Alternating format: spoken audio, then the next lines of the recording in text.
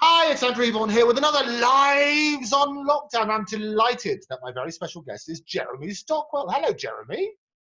Hello, my darling. How are you? I am amazingly well and so pleased to see you. When was the last time? It's 1863, I think it was. Was it 1863, about 20 past 7? Good heavens, I remember it well. You haven't lost it, have you? My goodness. Hey.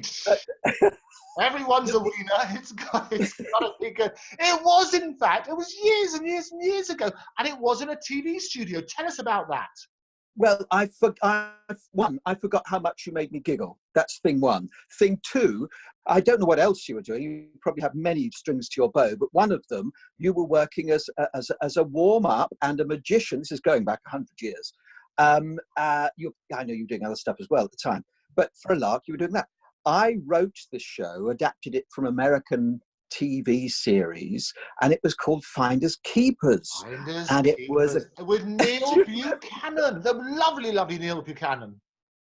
Oh, he's okay, guys. We're going to raid some rooms. He'd say, and these kids would go and they'd wreck a house, and then we got into trouble. Well, we didn't, but you and I didn't. But because some children raided their parents' house and turned it into an absolute mess.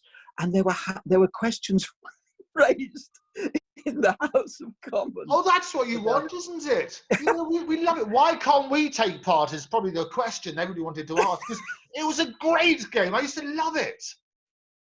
It was fun. It was fun. So we did a few of those, a number of, I think it was 5 years running or so. Yeah, loads and loads. And it was. And we used to go down to the old TVS studios in Maidstone. In Maidstone.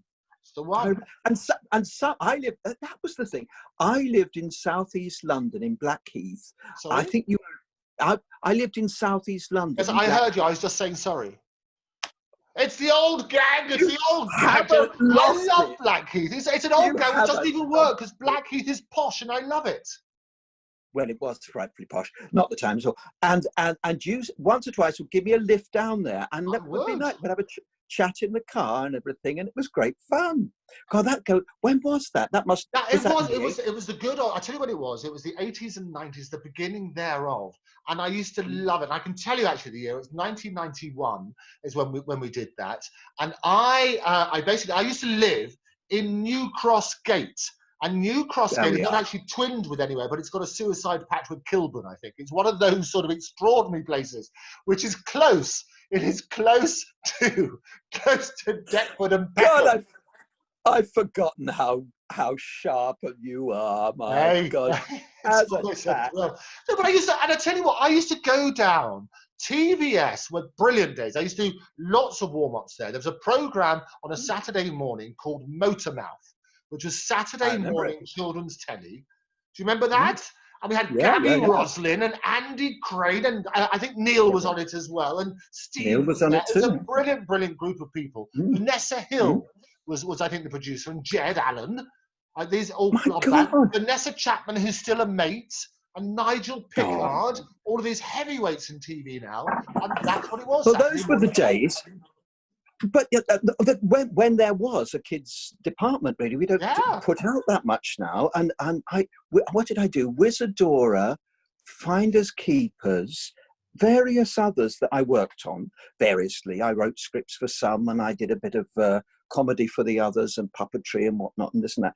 But my Lord, but they're different times, though, aren't they? Because we don't have that. I mean, it's evolved now. TV is so fragmented. I mean, those days with programming, Mike Reed's a great friend. He used to be, he's the Radio 1 DJ. He used to do pop quiz. He used to do Saturday Morning Superstore, all that sort of stuff. Yeah. They had audiences of millions, 10 million, this is what you have. The audience is now so fragmented that you're lucky if it's just you and me watching this back. This will be it. This will be it. And even one of us will be half asleep. It's got to be it. Well, no, the thing is, I mean, I would because I'm a bit older, but I think I remember the days. Gosh, I know I don't look it. I mean, I'm 60 now, but I remember. No. Look at this. Good heavens, Jerry! What happened to your hair? Hair today, gone tomorrow. Oh, thank you. As opposed to me, I'm looking like a sort of woolly whatever in this lockdown. So you're lucky. But you look frightfully well. I mean, my goodness me. But gone are the days when as families, I'd sound terribly old, would sit around and watch the Morecambe and Wise show, or we'd watch this or that, and it would be a family thing. But I don't think we have that now. I live in Germany. Oh, do you? Are you in Germany? Are you calling in from Germany today? Jawohl. Ich bin Yeah, in look at Deutschland. you! Look at you! Yeah. Your John Cleese routine. I My love French and my oh, stop it. And my kids are bilingual. My oldest son lives That's in... all right. This is the month for bilinguals, I think. I remember that. It's good. Oh, well, it must be. It must be. But no, I've got my oldest is in Manchester University doing film, and my young two are here, 13-year-old and an 11-year-old. Good heavens. My wife is German. Yeah, I know. It's great. We moved over here about 4 years ago. So whereabouts in Germany are you? Because I love Germany. You're on the Ruhr, which is north, north. Where are you? Look, you've got the accent. It's very impressive. Do you know, that's about the only thing I have got. I was told when I was a boy at school, the French master said, Jeremy, you have a very good accent, but you are rubbish at the language of French. I thought, oh my God. But I've always been good at accents and whatnot, and did loads of stuff on the radio and telly with impressions, well, as you know, and accents and voices. And that was always a great joy. But in terms of language, I'm a lazy bugger. What I love, Jeremy, is that you had the French teacher who so upset you that you then moved to Germany. So that's the language of choice now, which is a lot better. The language of choice. But I'm fairly useless at it, I must admit, much to my chagrin. I'm not terrible. Chagrin, look at you. You're throwing in all these foreign words just to prove you can do it. Yeah, you even do it. What I love, you even do it in an accent, just for my chagrin, because I can do it in French. My God. Oh, it's always but I also, apart from the fantastic time when I saw you then, I also saw you on telly a few times in between, and you did a program with Joe Brand. I seem to remember that was you. Talk to me a bit about that. Oh, Joe, what you see is what you get with Joe. I mean, she's a remarkable woman and a remarkable, warm personality, and I don't see much of her now, but for a while she was a maid. It was very good. I moved over here and other things moved on, but I was asked by the BBC to do a program. John Amici, whom, as you know, is this wonderful was a basketball player, now a pundit, a psychotherapist for young people, and a bit of a mentor for many. He's a lovely guy. So she and I and John were judges on The Speaker. 16 to 25-year-olds on the BBC. Could you go up and down the country and listen to young people talk? And I thought, blimey, that's great, And it was who is the best young public speaker? I haven't been asked about this for years. Thanks for asking me. And it was lovely because I think often young people are given a bad press, but these young people of all sorts of backgrounds, all sorts of culture, all sorts of heritage, spoke from the heart, some with notes, some with stuff prepared, others just ad lib, and it was glorious. We had a fantastic time, and I learned a lot. And even I think you had the final, if I remember right next door to me, because I live by Regent's Park, and there's a lovely little place just by Great Portland Street tube station, and I think you held the final there or something, didn't you? We did, yes. What was it? It was that big church, wasn't it? Yeah, exactly. It's that wonderful building there, which they use for all sorts of wedding things and glorious things. But it's a perfect amphitheatre where you go into this glorious place and you can present. And I thought, this is superb. It was glorious. It really was glorious. And I think I don't see many. I mean, I haven't had a telly for 20 years. I don't know what's on or who's famous. Ever since you and I last worked together, apart from that thing up the road, well, you didn't do that. See, there's a lesson there, Jeremy. You should stick with me, sunshine. You get off to Germany. You get the connection, Andrew. I work with you. I never watch telly again. No, that's probably it. That was probably your downfall. Your finders, keepers, get questions in the House of Commons. We'll never work with him again, that Jeremy Stockwell. But it's been a joy. I mean, I still work in telly. That's true. I work. What do you do? Well, tell me what you do then. If you did the Joe Brand thing, what was that called? That program? It was called The Speaker. It was called a lovely series. Good, okay. The Speaker. And then they sold it to America, and so when we didn't do it, there was going to be a second series, and there never was. Nah. But that's okay. That's not okay. You want second series. We like second series. That's when you get paid on the second series. Well, that's true. That's where the money comes in. Yeah. And what have I done? Well, I've done lots of coaching on programs. What did I do? I coached on Strictly years ago. What did you do on Strictly? Oh, help with the acting, really. I mean, I'm not really the dancer. I do move, but it's about, you know, if you're holding someone or doing this or doing that, where is the acting? The one thing I worked on, which was really lovely and I did enjoy, was how to solve a problem like Maria. Oh, did you work on that? Andrew. Yeah, I love that program. The acting coach on that, and it went down very well. And of course, there were some lovely, lovely people on it. And I walked into the production office on day one. Nobody believes me when I say this. On day one, I walked in the production office at the BBC, and there were 50 or so young women on the all the Marias, absolutely. All the Marias lined up. I said to the production assistant, "Who's that?" She said, "Oh, let me see, let me look her up. Oh, that's someone called Connie Fisher." Look at you, spotting talent in the mass, the myriad of Marias, and you picked the one. I mean, that was just weird. Maybe she just had I did something about her in the photo. I mean, they were all brilliant. Something about Maria. That's what you're saying. I love it. Good heavens. There's a song there, isn't there? Oh, and I know. I met. You're really stretching it now. I met Andrew. Went to Andrew's place in Mayfair, and had a lovely chat with him. And what a fascinating chap he is. I was there for about an hour and a half. Wonderful. Oozes talent from every orifice. Well, how well you know him. And but we had I had a nice time, and we did that, and that was good. So often these kind of things. Mostly I'm directing and making theatre now. Okay. Which is a great delight, and some lovely. Oh, there's I mean, many years I've been directing and making and creating theatre, not just in the UK but all over Europe, in Japan as well, Romania, all sorts of really exciting places.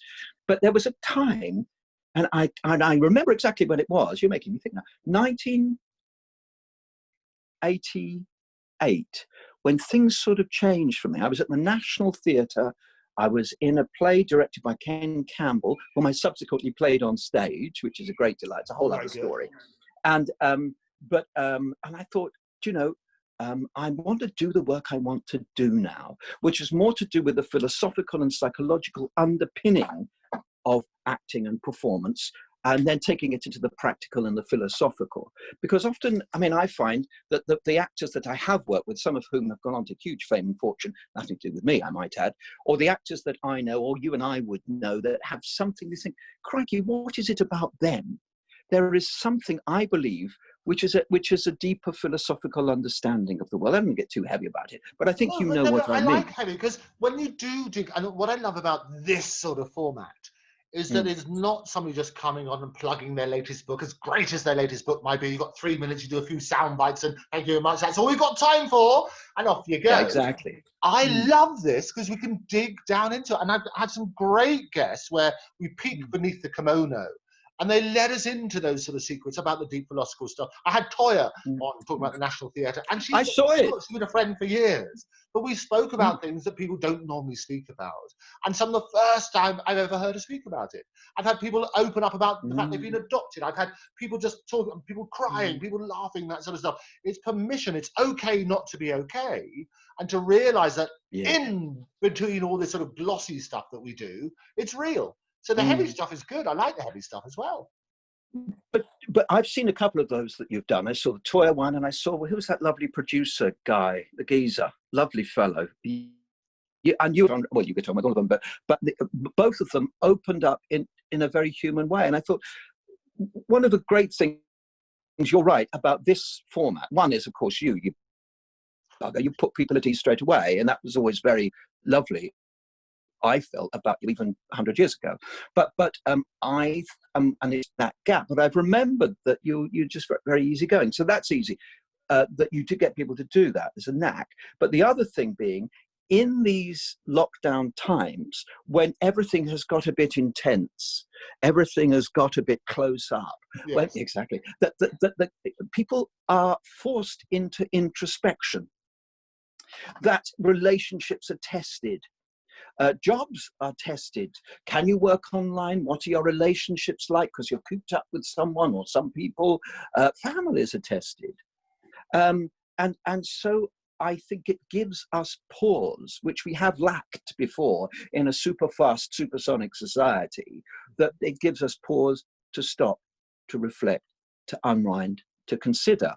And I think when platforms like yours come up, where there is an offer to say, well, let's stop and let's think. You know, the TV shows we did years ago were full of razzmatazz, full of punch, pow, vigor, wham. And, well, you know as well as I, often in television, there is little time for reflection, for stopping. It's like being bombarded with very sweet and colourful popcorn, you know. And people say to me, why don't you, well, get a telly for the kids. And I thought, well, that's the very reason I don't really want a telly, because it just comes at me like this. Maybe it is a sign of age, I don't know, but I've felt certainly for the last 20 years or so, more and more reflective and more to do with getting at the basis of who we are, why we are who we are, what we do.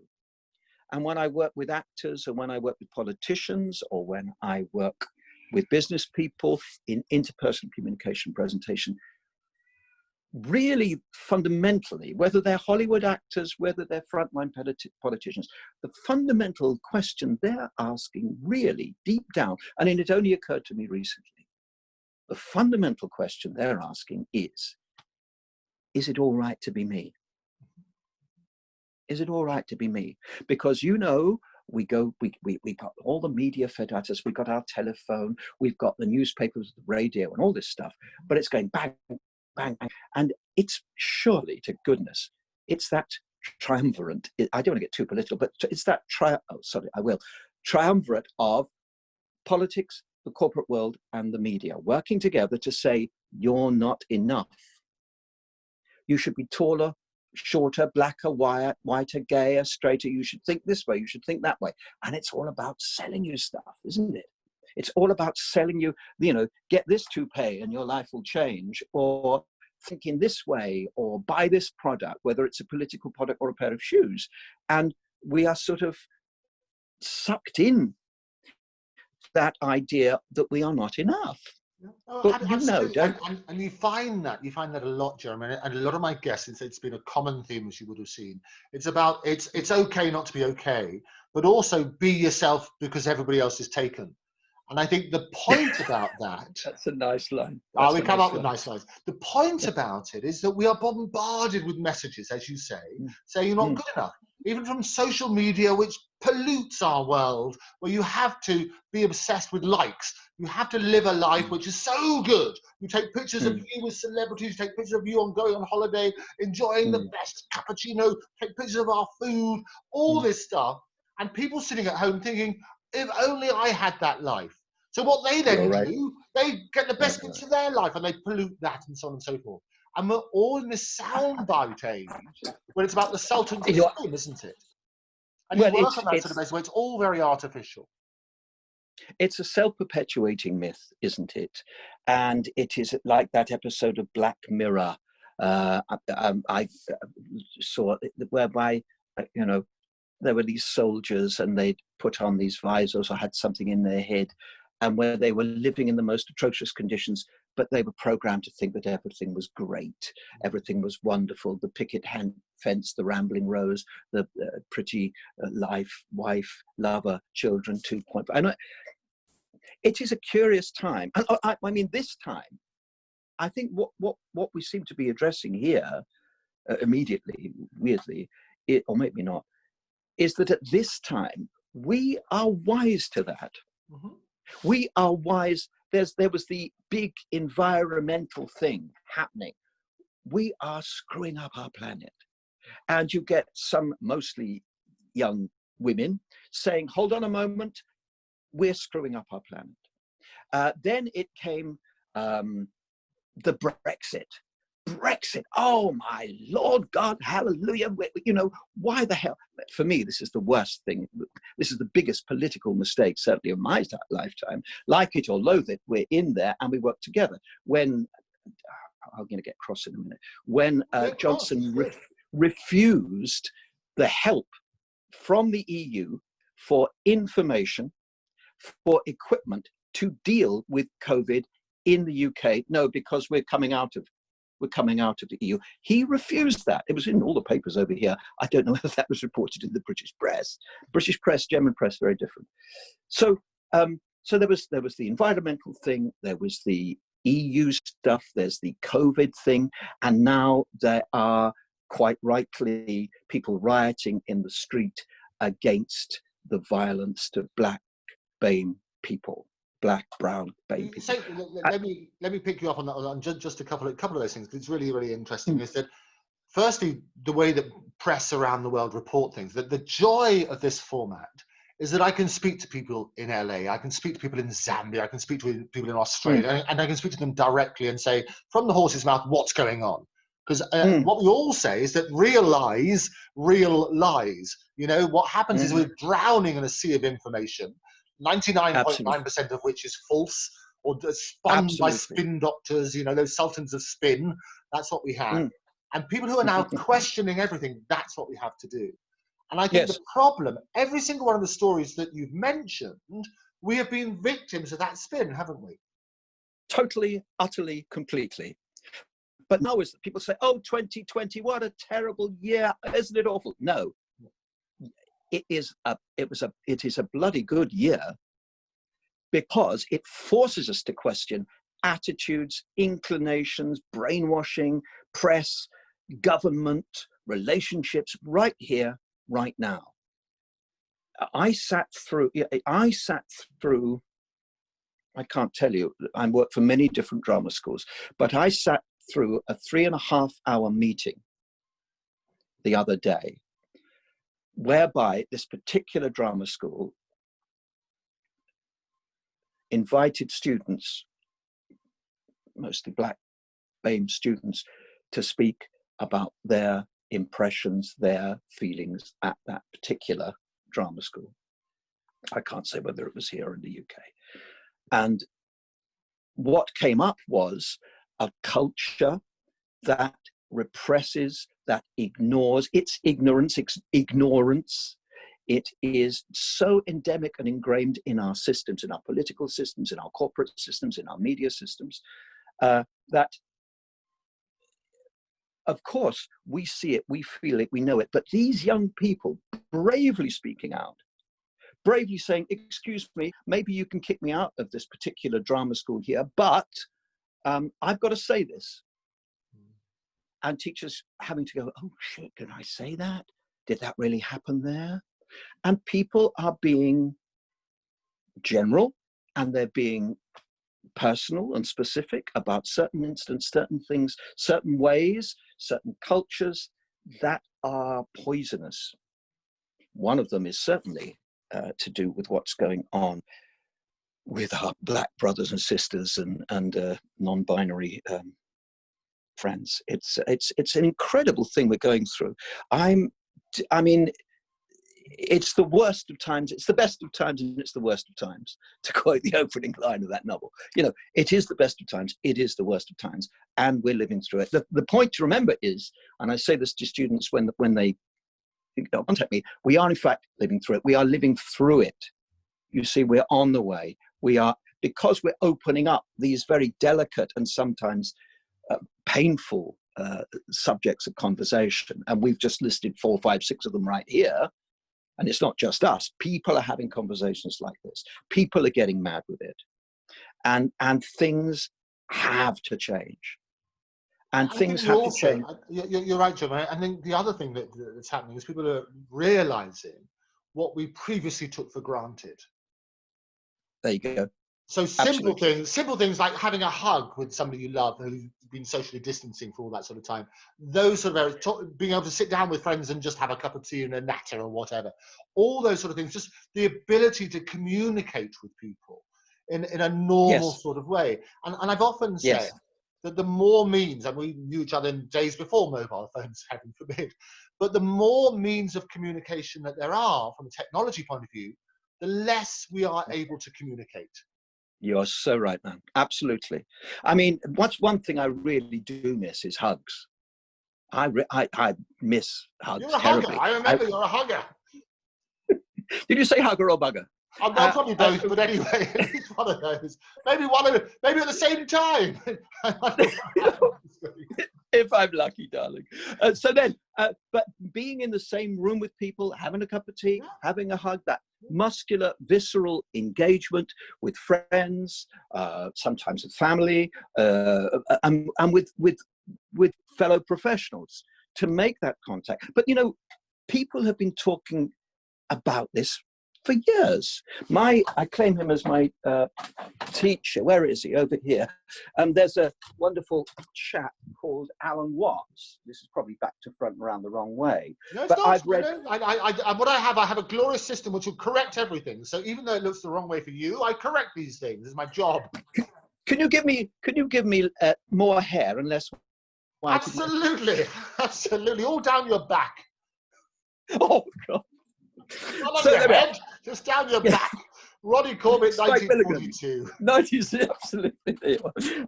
But you know, Alan Watts read most of the stuff that he's ever written. But he and others, of course, were cracking on about this very same thing in the 60s, in the 50s. You know, and even Bernard Shaw in 1940s saying, "We are governed by fraud." Mm-hmm. Absolutely. You know, but what changes is, well, there was that lovely theatre company, wasn't it? 784. 7%, this is in the 7, you remember it, 7% of the population own 84% of the wealth. What's that all about? You know? So, I mean, the older I get, because I suppose I have children as well, the older I get, the more cross I get about it. There was a dip when I didn't get on the soapbox. There was a time when I went, oh, okay, here we are, tra-la-la. But I'm back on it again now, and I feel we do need to make a stand up, because you know we're coming to the end, old boy. You know, kids are coming through, and I find the whole thing very maddening. You know, people were saying this. People were saying this way back when. Your father was saying it. My father was saying it. And that's, I mean, a number of things that we were told as children, and which does shape. I mean, it's the old Socrates, that famous footballer, used to say all the time, "Show me a child until the age of 7, and I'll show you the man." I think that is Absolutely. So true. But what happens in the sort of projects, I'm sure you had the same thing, is that when I was growing up, a lot of people used to say to me, "Oh, I wish I did that when I was your age." And I always think, I was about 6 or 7, I was thinking, well, why didn't you? And I never want to be in a position that I will have that regret, and that's the word I would use, that regret that I missed out on doing something. So in a way that shaped, I tried everything, and I will continue to try everything. I won't be good at the majority of it, but at least I can turn around and say, I tried it. And if I try things more and more, I'll get better at it each time. And I'll say, actually, this is something I like, but I tried it. And I like this a lot more. I think the more we can turn around and say at the end of our time here on this glorious earth, well, it doesn't matter, but at least I tried it, and I don't have a regret. Yes, absolutely. But you're a signpost, and rather than but, you're a signpost. To be a signpost, particularly to young people, you're a signpost. Try this, try that, have a look at this, listen to this, maybe this music might stir you, or that football player, or that or that book, or that play, or that piece of music. You know, one has to have a go. One has to try stuff. I don't always like it or think it's favorable, and I think it's the safety thing. It's the safety thing. We know, don't we, that it is the 3 R's at school, and that's what it is. And we know, don't we, that school systems haven't really changed that much since the 1950s. Serried ranks of desks facing someone at the front with a board. You know, and really that's what it is. I know there are many, many wonderful, beautiful, inspiring teachers who work within a system that is pretty useless. We know that. And we know, didn't we have a few years ago, the Minister of Education standing up and you keep meeting and saying that young people in the arts, because they will suffer financially. They'll never make it in terms of a financial success or of any career worth. And that I remembered, and various teacher friends of mine got angry letters off to the Times or sent emails, but still nothing changes. People, I think, because my background and my experiences is obviously clearly and pretty much only in the arts, the arts is drastically affected. It's going to be drastically affected by COVID. Already theatres are closing down. But then again, you see, it's all, I think there is something rather sinister about it. David Lammy spoke, I think last night, I heard it on the radio, about there is some sort of plan and method in the madness in America. Trump stirring up blacks versus whites. I mean, I don't know whether that's true or not, but Mr. Lammy says it. I tend to believe a lot of what David Lammy says, to be honest. But you know, there is something going on, something doesn't right. You know, when the UK death toll through COVID is more than all European countries, and someone like Cummings saying at the beginning, oh, natural selection. Well, no, obviously he didn't use that. He used something like herd, crazy thing. Yeah, herd immunity has been bandied around, yeah. Herd immunity, that's right, which of course is ridiculous, dangerous. I mean, you only have to look at the wonderful one who runs New Zealand. I've forgotten her name. What's her name? No, she was. I loved her. She was the prime minister who basically during a news conference they had this amazing earthquake, and she just carried on. She was more British than the British. Carry on, you know. I loved it. She's brilliant. Well, but it is extraordinary. Sorry, I'm wandering all over the place. No, I love it. You're also a bit shaky, not because you're getting old, but because I think the internet connection is not so good. But it's sort of, you're sounding like a darling. You're sounding like one of those programs we used to work on together, where they sort of put your voice through one of those sort of things. But it's okay. It's good. You're Jeremy Stockwell. You are the voice. I love it. It's fantastic. I was the voice. Well, what I could do, hold on a moment. If I come out of this picture and put it on my telephone, maybe it won't be my, my house. I'll tell you what we'll do. Why don't we take a break while we change devices? For now, Jeremy Stockwell, hold that thought. We'll be back with you in a moment after these important messages. Welcome back after those important messages. We've joined Jeremy Stockwell on a much better connection all the way over in Germany. How are you doing, Jeremy? Are you still with us? I'm still here, yes. You see, in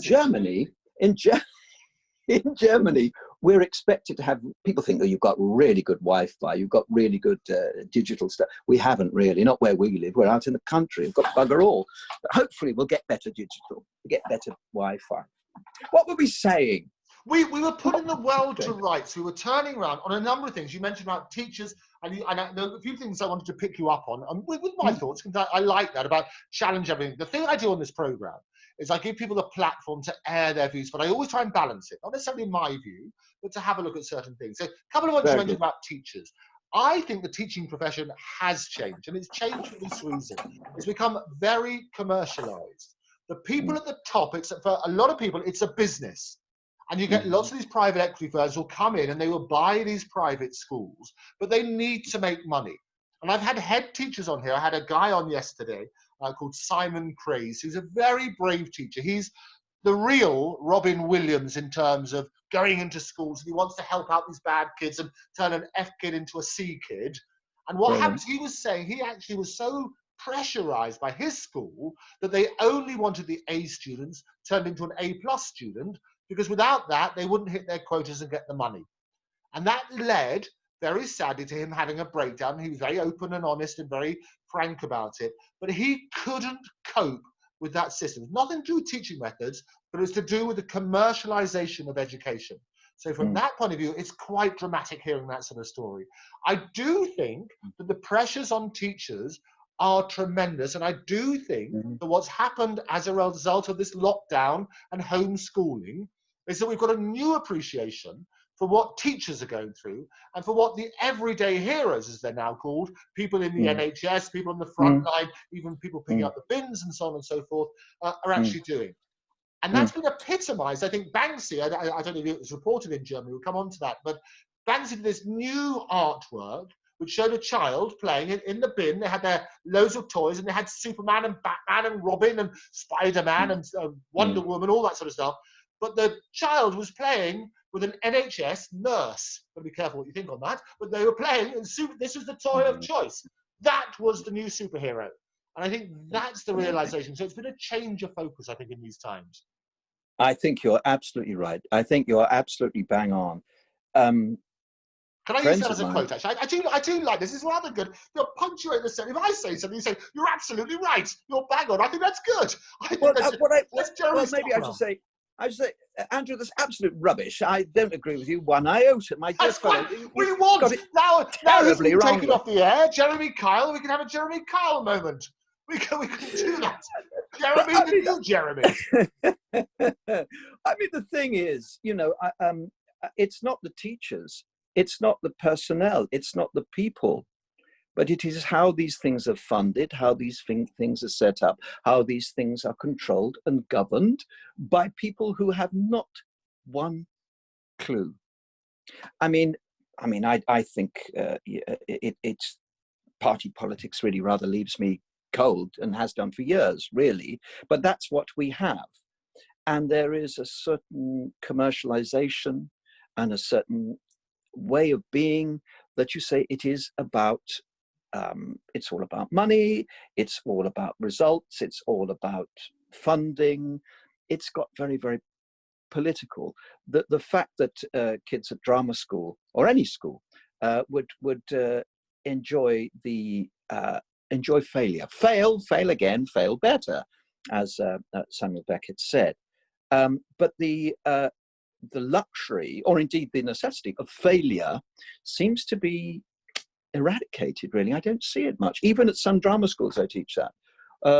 And you got it wrong, you must get it right, or you must not fail. You must be successful. Falling on our arse or saying we don't know is I think, a wonderful thing. Certainly when I've screwed up. Not only that, Jeremy, you may or may not know that I've established something called the Failure Awards.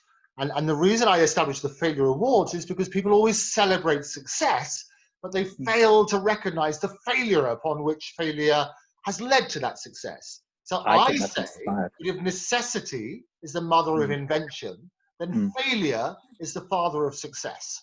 Oh, that's a good one. It's an Andrew EBORN original. I thank you. That's not even Ronnie Corbett. So I've set up not anymore. Not anymore. I'm making a note. Thank you. So I've been writing regular columns. We've been looking at the failures. There's a book I've been commissioned. They're about to publish it this month before my birthday on the 7th of July. They're going to do that. And so that's all coming out. So I'm totally with you on that. Failure is essential to what we do. You must fail. You must get people permission to fail. I think that's good. Yes, and we are in a situation which has grown and grown, to both spellings, that doesn't, or in most cases, and I know I'm being vastly general, so please excuse me, but that in most cases don't allow for that failure. The child is fooling around with a piece of clay or a drum or a big paintbrush, and they're creating and making and communicating with that medium.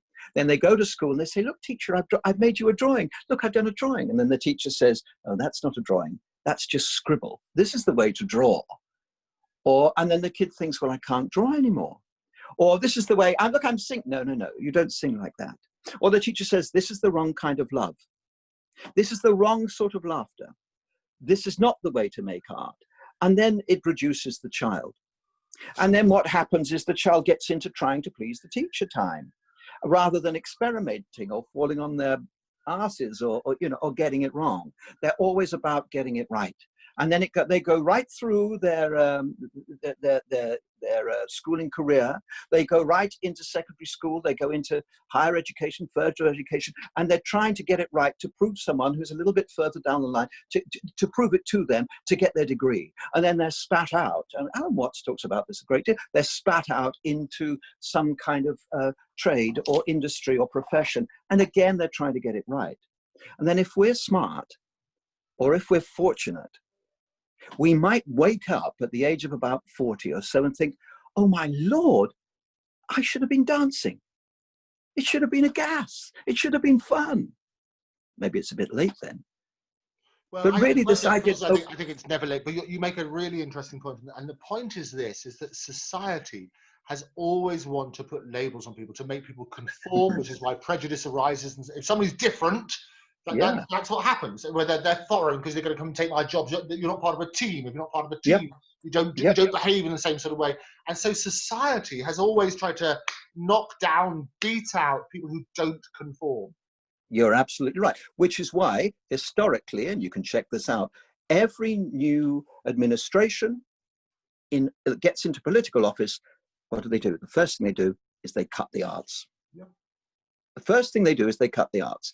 And, I've heard all sorts of stories from all sorts of countries where the artists, the people who reflect society or hold the mirror up or try something new or a little more liberal about political or sexual or artistic ways, they're always undermined. They're always put down. You just have to look at Russia. You just have to look at Brazil. You just have to look at America, UK too, actually. I was with a theatre company once that we wanted to do Can't Pay, Won't Pay, and the local council said, we won't fund you. You can do a nice egg ball, but don't do anything political. My wife here doing a dance piece, they were said, well, you can do the dance piece and you can do it on the street, but it mustn't be political. What on earth is that about? It's a way of controlling. It's a way of controlling. Well, in this, I'm not saying the Sixers are any way better, but I remember people being a little more liberal. I was only young, of course, being a little more liberal in what they could and couldn't do, where their people were just allowed to take some sort of risk.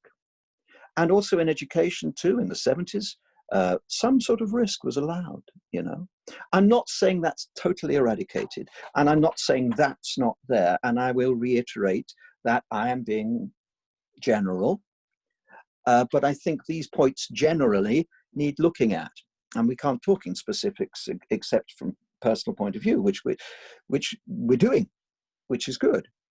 But there is this thing about having to get it right and not risking failure. I didn't know you had such an award. I think that's wonderful. Oh, isn't that great, the failure award? So send it out. I will send you a very rare unsigned copy. It should be. Oh, do. Thank you. I look forward to it. It'll be super. No, but that is the other thing. And what happens is, and I often talk about this, it's fear. Fear is the biggest motivator of all. It's what Barnard, the father of PR, said, is that basically fear is more powerful as a selling tool than anything. Fear of failure, fear that we're going to catch the virus, fear that if you don't elect this political party, you vote this way, you're going to lose your jobs. Fear, yes. Fear is the most disabling and also the biggest driver of sales of anything. And you know what the opposite of fear is, don't you? Go on then. Love. Okay. Love is the opposite of fear. If you're on the fear vibe, if you're on the fear vibration, you're not on the love vibration. If you're on the love vibration, you are certainly not on the fear vibration.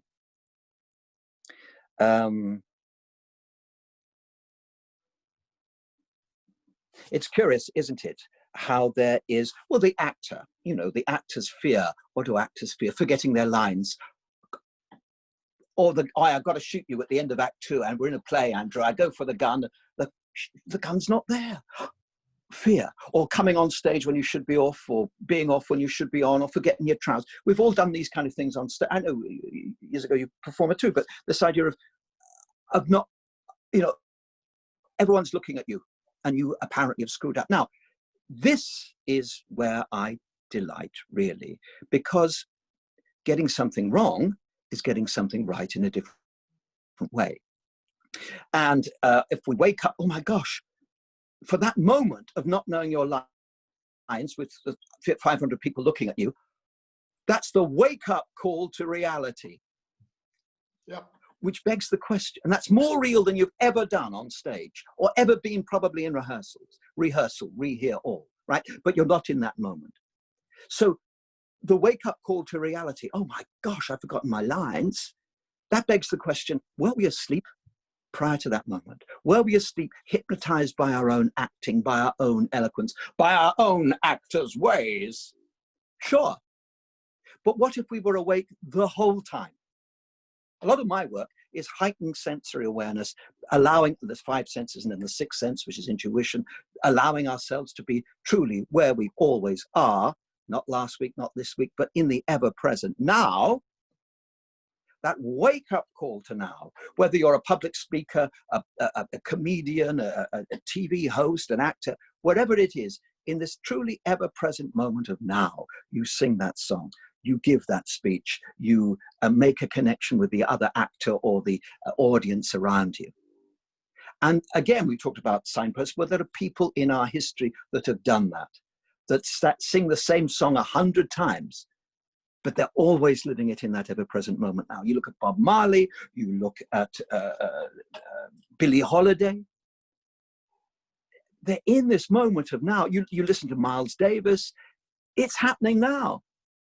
There's a mate of mine called, who is a fantastic jazz musician and playing the saxophone. But when he plays, Tashomi Balfour, his name is, and he's in this ever-present moment of now, just dwelling right there. He could have played that song 100 times. Every time, I never give first night cards, probably because I'm a mean old bugger, but and you know I am, but never bought you a drink. But every night is a first night. Every night we're doing it now, for the first time now. Yeah. And I've seen you do, years ago, magic tricks, where you come on, you do a little magic trick, and for you, it's, you know, it's easy peasy. People go, wow, Andrew, how did you do that magic trick? And you always make it look like it's happening now, for the first time. And it is for that person listening or watching. So it's coming back to the ever-present now. And I agree with you. One of my pet hates, Jeremy, is well, magicians who, when you learn magic, and fantastic, there's some brilliant magicians. When you learn magic, you can buy a little prop, and it comes with not only the instructions as to how to use this little prop, but it also comes with patter. And so what people do, they're very, very lazy. And you can see it. It drives me crazy. They're very, very lazy because they regurgitate very badly often the same pattern. And they go into this sort of, they're blind to a situation because they come into contact with real people in a situation, an audience. And they go in there and they go blah, blah, blah, blah, blah, blah. And somebody will say something in the audience, but they'll just carry on with the same patter. And you can tell they're not engaging, they're not in the moment. And as a result, it doesn't sound real. Absolutely. Absolutely. There are 2 magicians that I know well. I do this thing called Sunday Night at the Lockdown Palladium. Oh, and the last one, rather fun. It's good, isn't it? Well, it takes us back to those days of variety, which is what I was born into. I watched my father on stage singing and making people laugh, and I thought, I want to do that. This is in the 60s, 70s. But these, so Sunday Night at the Lockdown Palladium, we do a variety show, rather like the London Palladium, think of the 60s. I host it, and various people come on. We had a magician the other week, Hugh Levinson. Oh, who blew us all away. Blew us all away. He's a BBC producer chap. You know him from there probably. And he did, because I had some people at a birthday party. He did a thing at my birthday party. I had him on the show, and it blew us away. But he has a brother called Russell as well, who's also a magician. Oh, well, there we are. I didn't know that. Yeah, I know his Ali, his wife as well. And so, but well, the lovely thing with Hugh, you'll know, he just turns the tap and patter comes out. It's almost like he's inventing it. Maybe, I'm sure he's worked on it. And also my dear friend, of course, Terry Johnson, who wrote this play I was in about, I mentioned earlier, about Ken Campbell, whom I knew quite well. Terry Johnson, maybe everyone doesn't know, is a fantastic magician. He's got this big magician's, this old lacquered Chinese case at his house, and you go in and he says, here's one for you. But of course, Terry being a writer, I'm sure he doesn't write it down, but it comes to him. He's a worderer, you know. And when we were doing Ken originally at Hammersmith, Hampstead Theatre, in the dressing room, I'd go in and he'd say, what about this one? And before the show, I'd be like some little kid. What? Show me again, Dad. You know, it's extraordinary. He is extraordinary. And that is the secret. I mean, for magicians in particular, it's trying to remember as a kid, don't forget the method. It's all about the sense, the emotion that you can conjure up. And I genuinely believe that's what, if you're a magician, you have to conjure up magic. You have to make people believe that this is the feeling you want to do. So you suspend disbelief for that moment that you're there. Well, I think that's true, isn't it? Well, with artists generally, magicians, painters, actors, poets, writers, dancers, for that one moment of transcendence, but that one moment of nowness, that one moment of togetherness, that connectivity. And if we're doing that in that false way, we go back to, you mentioned a book, dear Nick Hearn Books was asked me to write a book a few years ago. I've only done a little bit, but now in lockdown, I'm doing a bit more. But there's a beginning part where I talk about this very issue, this very thing that you've raised. Round the back of the stage, we'd have the dramatis personae, wouldn't we? In the play, it says dramatis personae. Oh, these are the people in the play, the characters. And that would be the masks hanging up at the back of the stage.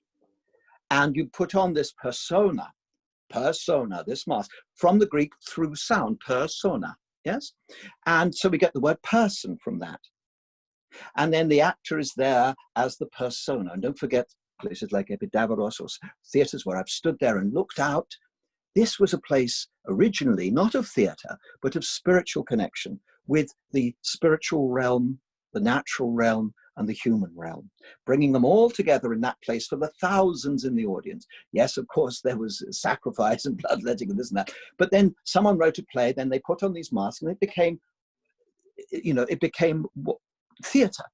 And that's the beginnings, we suppose, of our Western theatre. I believe that people are jumping around in caves, piddling around like you and I do, having a laugh before theatre came along, classically, but there we are. And then from that, we get the persona. So these actors still have the persona. They play the character, and it gives us the word person. Behind the person is something far more interesting, and that is the human. But I hear often the persona with the actor's voice coming out, the actor's physicality, the actor's mentality, pauses for no real reason, stresses of words that don't really need it. And there's a sort of curiosity about that, in that actors feel they have to act, which I'd really rather they didn't. Acting is what we do, whether a magician or an actor or whatever, but acting, or in the business world, acting is what we do on stage or screen when we don't know what the hell else to do. Yeah, and we'll again, do that. Again, you're absolutely right, Jeremy. And actually, it's, as you rightly point out, it's not just actors who act. I think people in society, goes back to the role you have to play about conforming. If you go to meetings, you go to a party, you go and see things and so on. So people are putting on an act. And so often that you find in our profession in particular, in the media side, comedians, the funniest comedians, with the brash exterior and the ha-ha, the jokey, are the most tortured inside. There we are. Absolutely. I mean, there are some that buck that trend. I must say, at this meeting I mentioned the other day, when students at a particular school were talking about the issues of facing Black and BAME people, when the head person had to give a response, their physicality, their vocality, their eye contact, though on the spot and a bit awkward, I'm sure, didn't meet what they hoped they were saying. One could tell that there's false going on in the eyes, in the physicality, in the body language, in the tone of the voice. There are certain people just going back to the point you made then, that move me, that inspire me. There are certain performers you think there is nothing in the way of that person. There is nothing. And I've mentioned Tashomi Balfour, the jazz saxophonist, whom I think is one of our finest undiscovered, not for everyone, musicians. I think of Ken Campbell, whom I mentioned before. When Ken's on stage doing his thing, he really connects with you on so many levels. He's there doing the thing. And there was, I played Spike Milligan with my dear friend Chris. When Spike's there talking to you, you know you're getting the real deal, Daddy. You know, because there's no crap in the way. But and certainly you're right, in our industry, and again, that's a reason for not having a telly, although, you know, you work in it far more than I nowadays, but it's a lot of phony baloney, isn't it? If there were a program where you heard people speaking honestly in their real voices about real issues and about acting without acting, connecting truthfully, I'm sure it would change hearts and minds more than anything. But I think producers, and present company accepted, I'm sure, producers are fearful of that honesty. One of the things I mentioned, is it all right to be me, which is what most of my clients, really, this is the questions of why they come to me or you, is it all right to be me? But mostly they're fearful of nature, of spontaneity. What happens if I look at you? If I rarely see you? Am I going to fall in love with you? Are we going to have a fight? I don't know, maybe both in our case, I don't know. But the idea that we are suddenly, rather like the actor who forgets her lines, forced to wake up to the ever-present now. That's very fearful. Absolutely, and I think, as I said before, that's one of the main reasons I'm doing this is that we live in an era of sound bites and fake news, and the sultans of spin are dominating that sort of stuff, and people are pushing this book or this record or this sort of thing, and it's all very artificial, and enough is enough. And what I love about this opportunity is that partly there's no limit on time, so we can go on for days. But secondly, we probably will. we will. But it's rather. I mean, using the example of this, and people won't know, but before how we hadn't spoken to each other for a long time, and you said, "Oh, you may not know what I'm up to at the moment. Shall I tell you?" And I said, "Actually, no. What I want to do, let's go on that journey in the real thing, so we can capture that moment and that genuine excitement about catching up after all this time." And I thought, and that's what I've done with all my guests, because I think it works well for me, so I don't have to, it's a Bob Monkhouse, it's sincerity. If you can fake that, you can fake anything. The great thing is I'm genuinely interested in people, and I'm genuinely interested in people being themselves. And so we can do the showbiz thing, and we do the entertainment thing as well. But it is, if you prick me, do I not bleed? You know, we work on that basis. Tickle me, do we not laugh? You know, you work on that basis where it's real, because that way it's permission for everybody else to be real. It's permission for everybody else not to have this artificiality, which I'm desperate to get rid of, and to turn around and say, just here are some role models, people in the public eye who will cry and laugh and do the other bits and pieces and tell me tales you may not expect from them. I think that this is, again, it's rather like your awards for failure. It's an inspiring idea that you can sit there, that you can interview people. I don't want to pat you on the back too much, but I think it's inspiring. But my question to you, as a TV maker, producer, is there room for this more in television? Is there room for this more in mainstream television? Do you think the time will come when people can be as frank, as honest, as open, as revealing as what you're doing now with a bunch of other people, that you're saying, I'm just going to phone you up, we're just going to chat? Years ago, there was Face to Face, that wonderful program. Many people won't remember it, I'm pretty sure, if they're younger than us, but whereby a chap interviewed someone and the camera was about here. And you saw every single flicker, swallow, moment of discomfort or moment of joy. They say it led to dear old Tony Hancock's death, didn't they? The fact was a week or two after that program. But it is revealing, and it allows us to get at the human behind the mask, the human behind the persona. And I wish there was a way. One of the reasons I sort of got out of making or writing for or being in television, because it really began to bore me. Of course, the jobs I was interested in got fewer and fewer as I got more, I think, tuned into what was real. It was a conscious decision. And it's a curious thing. I'd love to see. I mean, I believe this is the mainstream now. What you're doing is more and more the mainstream. Things online. Of course, we have to watch out. Yeah, and what's happened, Joe? I mean, this is what, as you would have seen in the series, is that some of the heavyweights, the big superstars, people who have had the head of BAFTA, we've had Harvey Goldsmith, a big promoter friend, we have all sorts of A-listers as well as everyday folk, feel comfortable enough to come on here and just have a chat. And what I love about it, it's none of that artificiality. And the feedback for me is absolutely, people turn around. It doesn't matter about the device upon which you're delivering the content, because television is only a device. What happens is now the audience is fragmented. So how can we reach that audience? And one of the good things to come out of this, there are actually lots of positive things that come out, is that people are connecting in a new way. We've got the easy way with a laptop and there's a thunderstorm happening behind it. I do feel you probably may or may not hear it, but it's rather like that New Zealand Prime Minister. We've got thunder and lightning going on in Regent's Park at the moment. But what's interesting about it is people are connecting. And they do. It's rather like permission to people to open up. And by opening up, and you see these great people who've all hid behind the mask for ages and ages, it means that other people phone up and say, actually, I really connected with that person because they spoke about something I never thought would affect them. So it's rather like mental health, a big thing. We had a mental health awareness week here in the UK. I say you should be aware of mental health all the time, but an awareness week is a good start.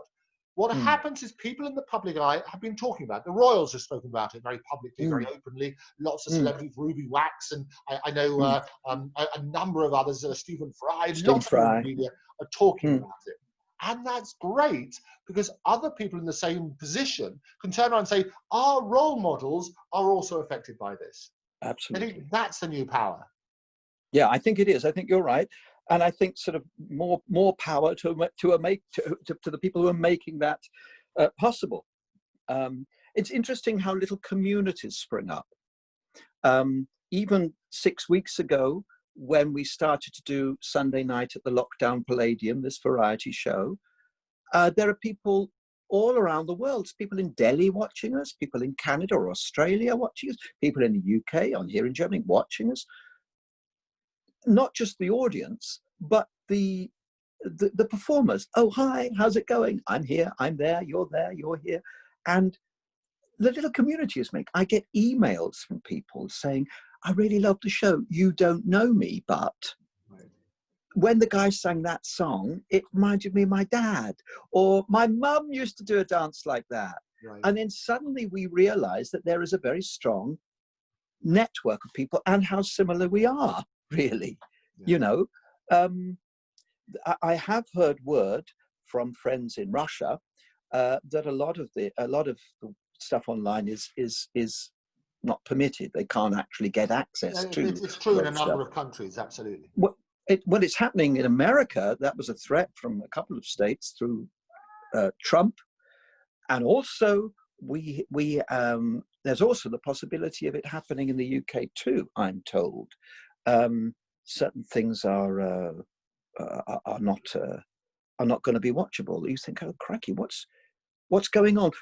Because we have this freedom, someone's going to catch up with it or start charging for it or start capitalizing it. Going back to what I was saying beforehand, that the reason I like to speak to people, it is just my little network of contacts, and over the years I've got lots of them, but I will ask somebody directly because I know, and it's what I said to our children as well, is that we are drowning in a sea of information. 99.9% is false. Most of the time people get media which feeds their own prejudices. So people buy a Absolutely. particular newspaper that has a particular view. They watch a particular news channel which gives their version of the news. And what we always realize is that actually the most powerful thing is the message. So you're working on the principle that we will look at news. We'll start with the BBC, we'll look at ITV, we'll go to CNN, we'll watch Fox, we'll then go to RT, Russia Today, we'll look at Al Jazeera. And between all of those, we might get the truth. And it's evidence-based information to make that make sense. So when I get, and I'll come on to this as well with you, you've got time to do it, I would love to hear directly what's happening in Germany, for example, as opposed to our version of what's happening fed to us by the British news. Well, that's a very interesting question, I think. Certainly the response of the German authorities was a lot quicker, less confused, more direct than in the UK. We know that. Everybody knows that. The faffing around of the British government, Prime Minister, no matter what you think of them, personally, I think I despise them. That whole thing. How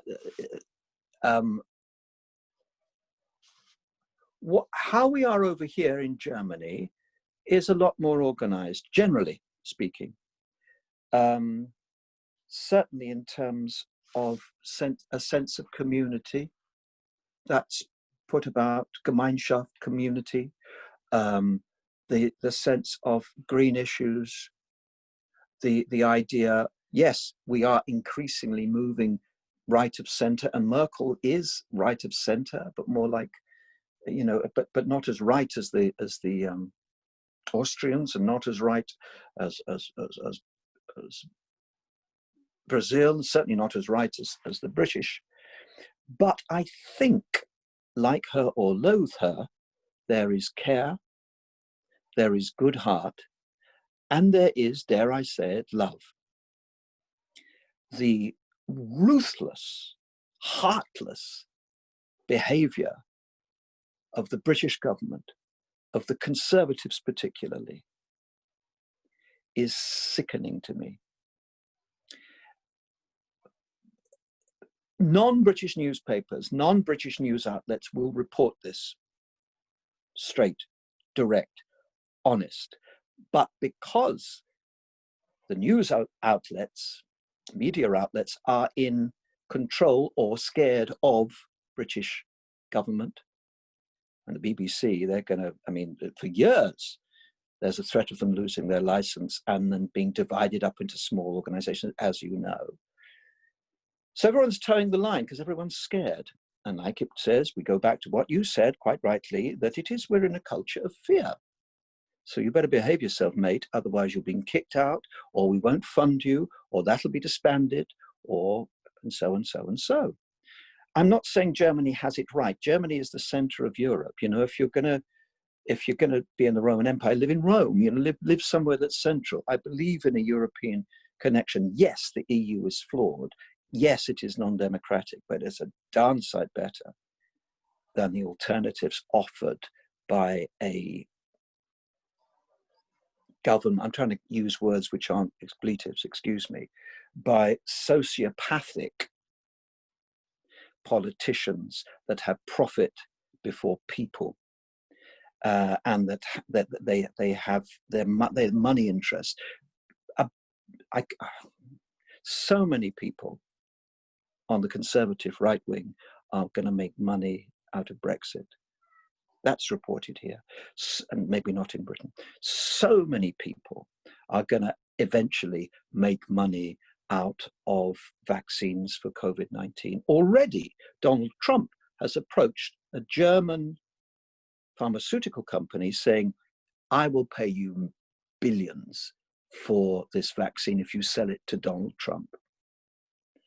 And of course, the German company went to the press and said, this is how we've been approached by Donald Trump to do this. And of course, no.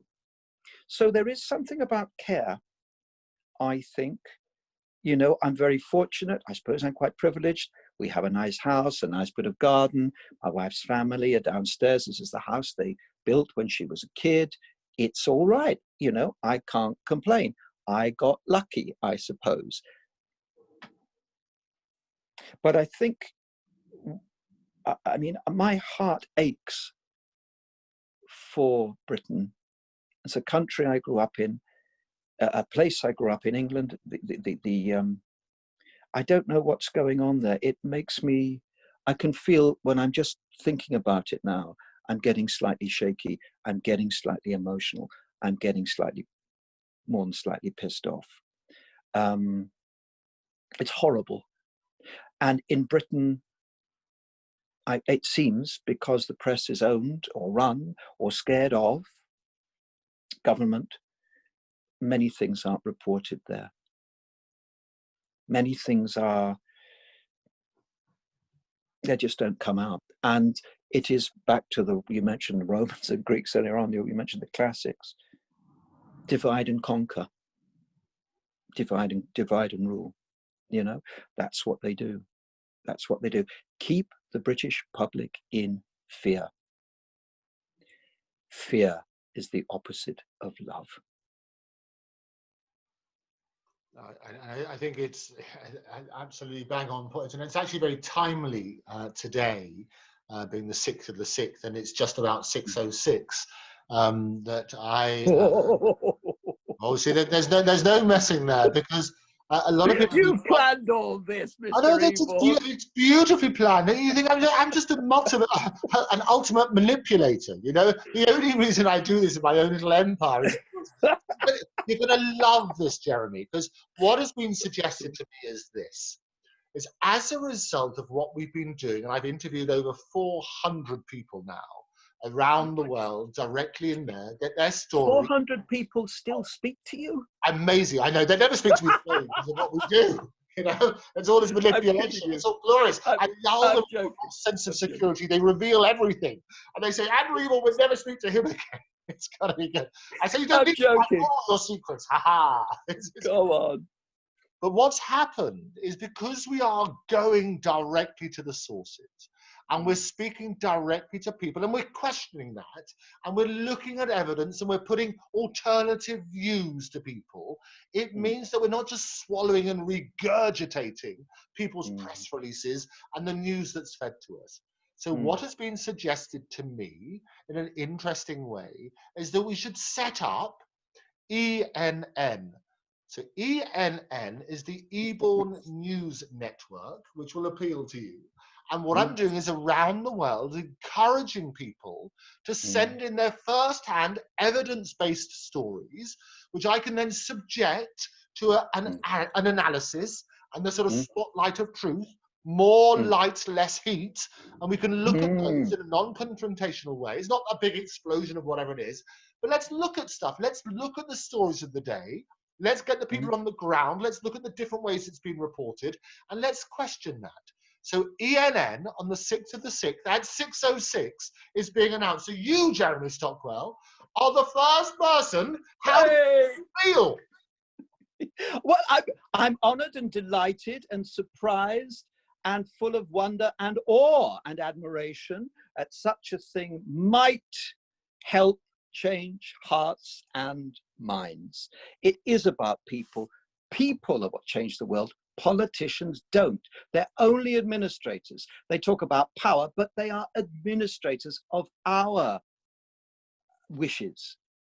And when they say, no, this is what we want to do, they are not leading the people, they're forcing people. So anything that you can do, that I can do, that any one of your viewers can do to share their feelings, their emotions, their version of truth, and I like the way you said it's held up to examination, but certainly what a great idea that would be. All joking aside, I think that's a bloody good idea. Well, thank you. And what I'd like to bring you back. You will be a regular on this series, because apart from anything else, it's glorious to catch up with you. I do want to find out lots more about what you're up to now. I do want to find out as an Englishman in Germany. I love that concept. And especially what's going to happen over the next few days, weeks, months, years. It's really helpful to have somebody on the ground. I'd Would you love do to that come for back me? and talk to you. It's a delight as ever. I'd forgotten how lovely you are, and how lovely it is to talk to you. Thank you so much. Jeremy Stockwell, it has been a real joy catching up. Look after yourself. Lots of love to everybody. Take You care. too, my darling. Bye, love. Bye-bye. So how wonderful was that? My old mate, Jeremy Stockwell. It's true. We used to do TV shows together in the early 90s, when I was a slip of a lad. What I love about this is that we've got direct access to people around the world. We get the stories from the people who are there, who are living the moment. And we also question it. We don't take anything for granted. We don't just regurgitate. Everything is subject to the spotlight of scrutiny. And I think that's really, really important. If you'd like to take part in any of this, I'm delighted that we have now announced ENN. You can write to me at enn@octopustv.com. If you have any comments on the show, any of the issues raised, put them in the comments section below. Don't forget to subscribe to Octopus TV. And in the meantime, I've been Andrew EBORN. Look after yourself. It's a dangerous place out there. I've got your back. I'll see you soon. Bye.